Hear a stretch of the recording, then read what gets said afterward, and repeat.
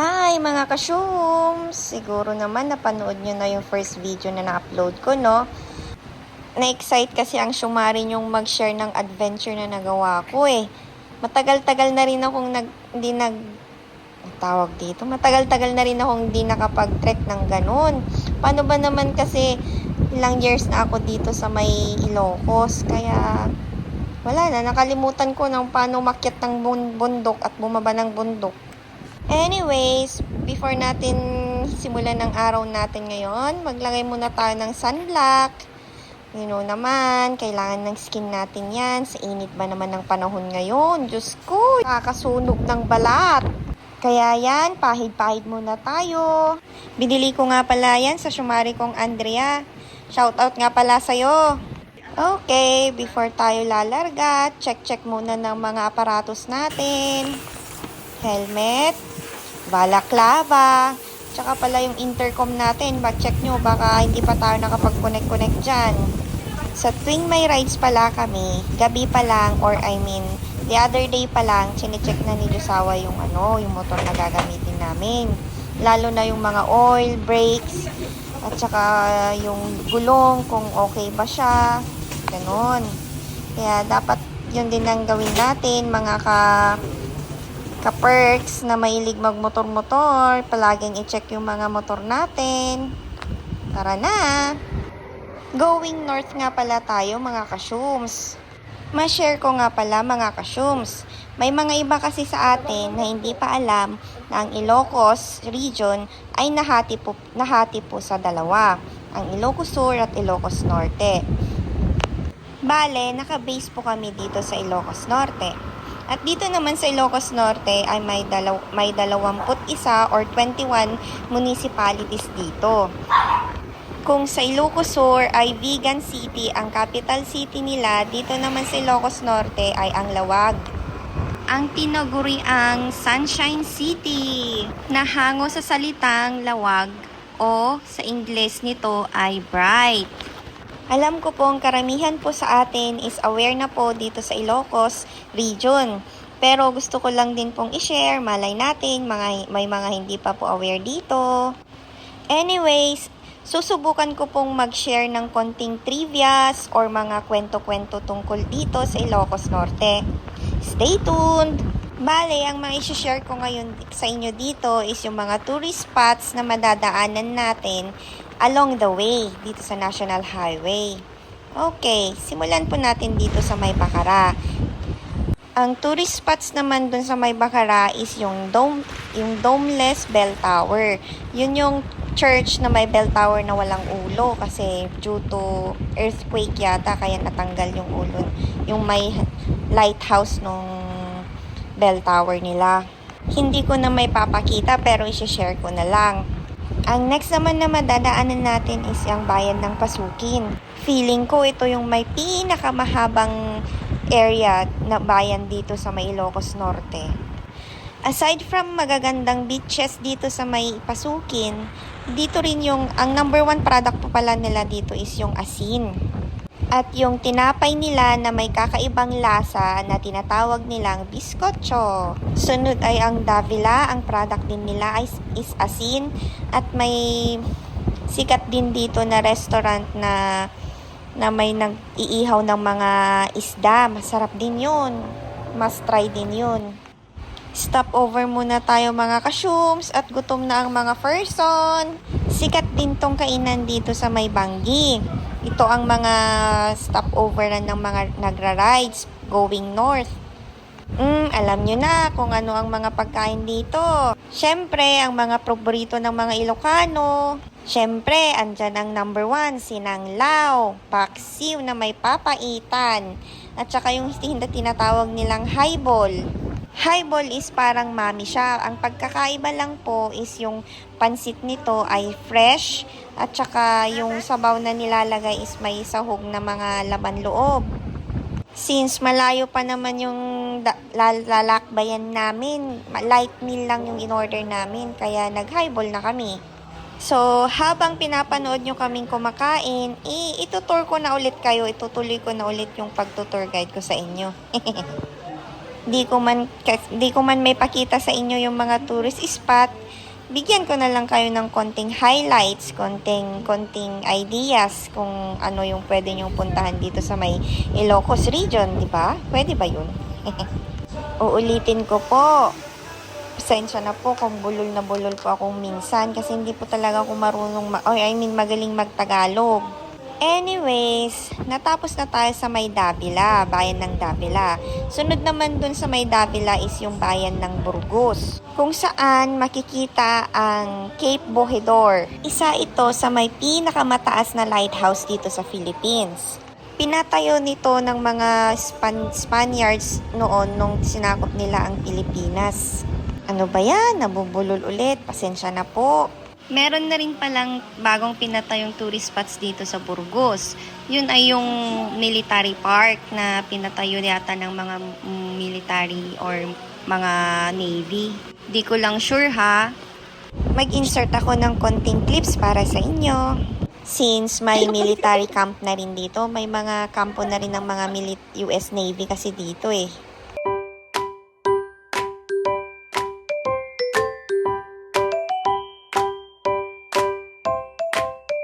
Ang sunod naman na tourist destination dito sa may Burgos ay ang Kapurpurawan Rock Formation. Alam nyo ba mga kasyums, dito sa Ilocos Norte, maraming nakatagong magagandang tanawin tulad na lang ng mga falls. Kung may pagkakataon, isasama ko ulit kayo. Okay. Nagutom ba kayo mga kasyums? Ako kasi habang nagvo-voice over ako, bigla akong nakaramdam ng gutom. Paano ba naman kasi nakakatakam yung mga kinakain namin dyan, no? Na-miss ko tuloy. Ay, so siya. Tuloy na natin ulit. Okay, tapos na natin ang Burgos. Sunod naman natin ang Bangi. Alam ko, ang iba sa atin is alam natin kung ano ang sikat dito sa bayan ng Bangi. Walang iba kundi ang windmill. Ang Bangi po talaga ang may kauna-unahang windmill. At sa paglipas ng panahon, padami na ng padami ang windmill na nakakalat dito sa may norte. O baka may magtanong or magsabi na mura lang ang kuryente namin dito ha. Ma-clarify ko lang po, hindi po. Yes po, may windmill dito at may mga solar system. Kaya lang po, private sector po ang may-ari ng mga to. Kaya, binebenta lang din yung energy nito sa mga electric distributors or energy distributors. So, ayun na nga. Medyo naparami na naman ang chika. O siya, kain lang muna ako saglit.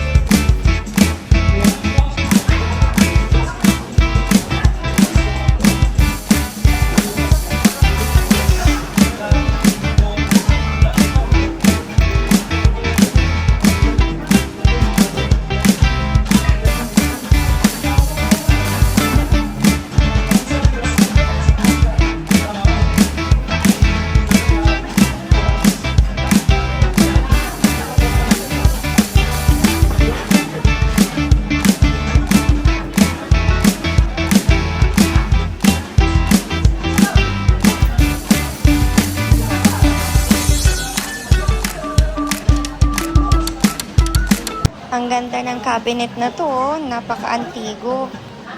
Tara na, larga na ulit tayo. Salamat nga pala mga ate. Akala nila sikat na vlogger ako.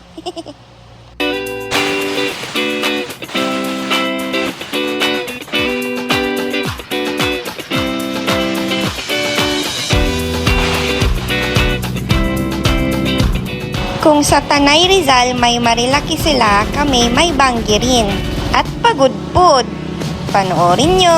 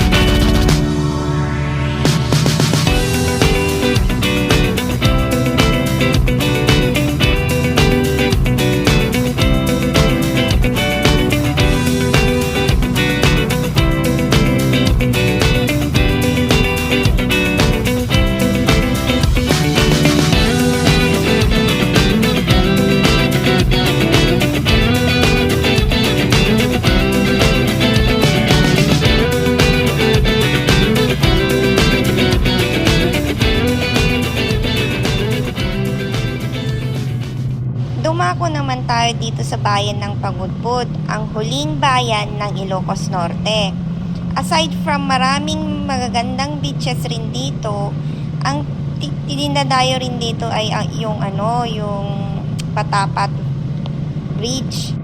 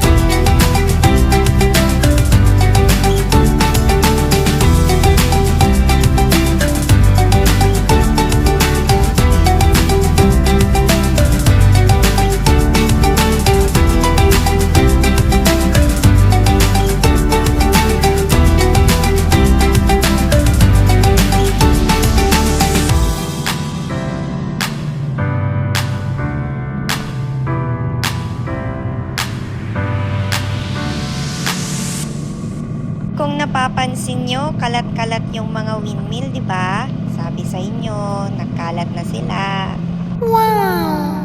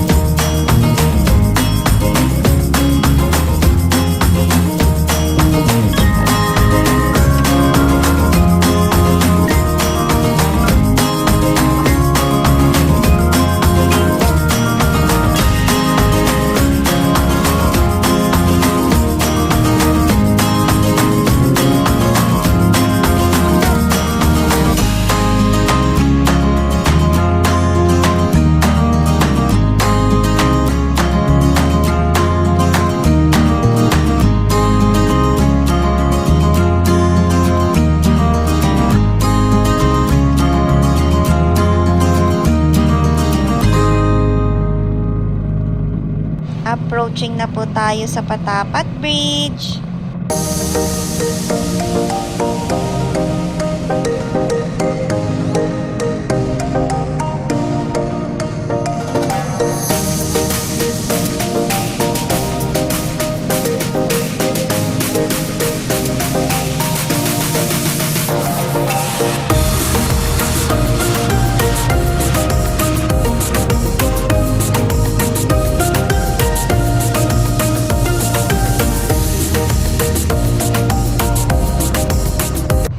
Alam nyo po ba kung bakit ginawang bridge po ito na parang hiniwalay po sa bundok? Ang dahilan po dyan, ang dahilan po niyan is prone po kasi itong area na dito sa landslide. Palagi pong nalalandslide yung may road na papuntang Cagayan. Ang galing, no? Ang galing ng nakaisip ng gantong idea. At least kung naglandslide man, diretso na sa dagat yung mga lupa na nagkuho sa bundok, hindi na dito sa may kalsada. Pinatayo pala itong bridge na to nung panahon ni formerly President Ferdinand Marcos. Isa ito sa mga naging trademark niya. Mag-stop over sana tayo at mag-picture-picture, kaya lang baka maging abala tayo sa mga estudyanteng nagtutour. Shoutout nga pala sa mga estudyante. Sana marami kayong napulot na aral dito sa pag-tour nyo dito sa Ilocos.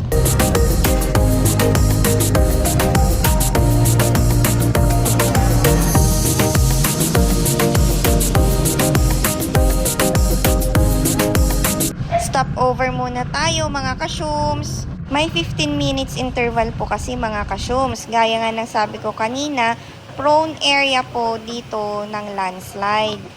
Hindi ko na kasi na-videohan yung area ng landslide kaya hindi ko na may share sa inyo.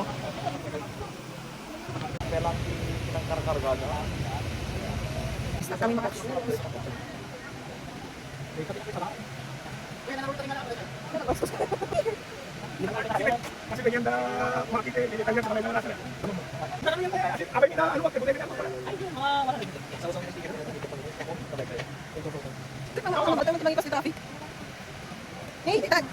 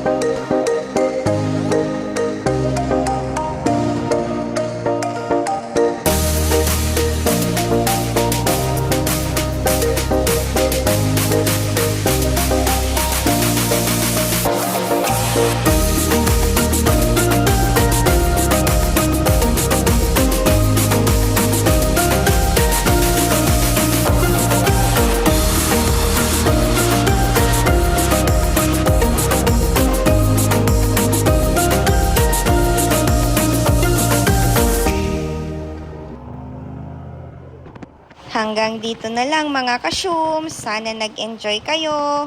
Kung may mga nakaligtaan man ako at may mga questions kayo, may katanungan kayo, comment down below na lang po. At susubukan ko pong sagutin ang mga katanungan nyo.